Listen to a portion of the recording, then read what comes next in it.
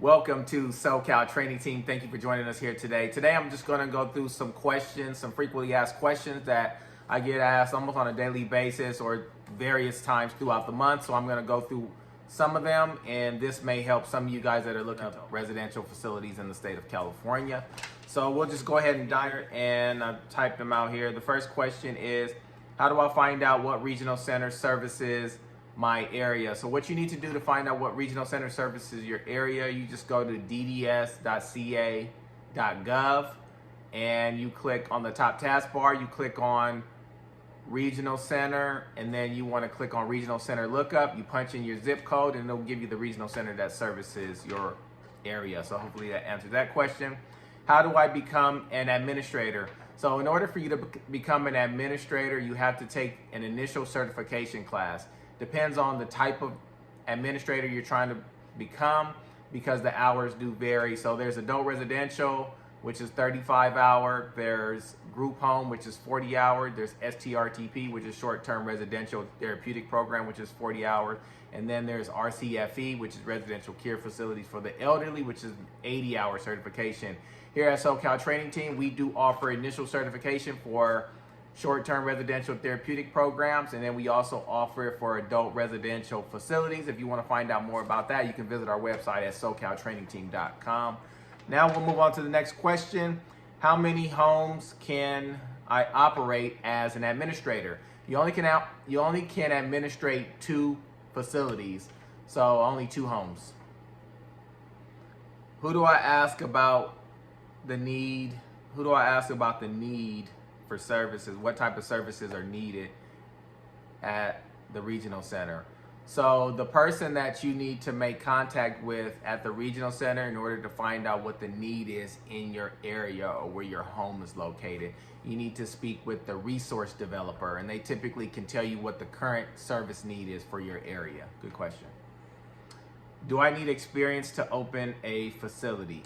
Yes, you are going to need experience to open up a facility. That's why I always say go work in a facility and gain that experience. And then at the same time, while you're working in that facility, whether it's full-time or part-time, you're getting all the certifications that you need, because the agency that you work for is going to be required to ensure that you have certain certifications in place. So when you're ready to develop your own facility, you'll have the experience and the certification that you need to work towards developing your facility.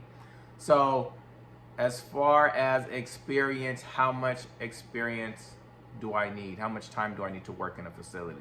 So it depends. I always say work in a facility for at least 12 months. 12 months will qualify you for most level of care.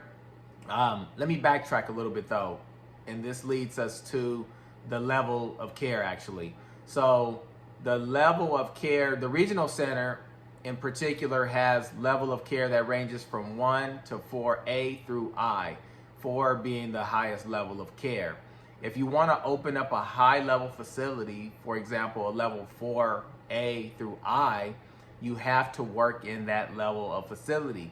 Otherwise, if you don't work in that level, if you don't provide that level of care at a facility or working at a facility, then you won't be able to open that type of facility. You only can open up the type of facility that you have experience in. So you want to keep that in mind.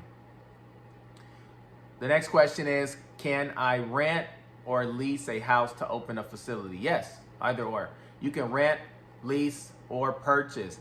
Just keep in mind that if you rent or lease a home, the owner has to know that you're opening an adult residential facility or any type of facility, out of that home. Why? Because when you submit your paperwork to community care licensing, they want a letter from the owner that says that they know that you're going to open up a residential facility out of that home. So keep that in mind as well. Are there restrictions for criminal backgrounds? Yes, there are restrictions for criminal backgrounds.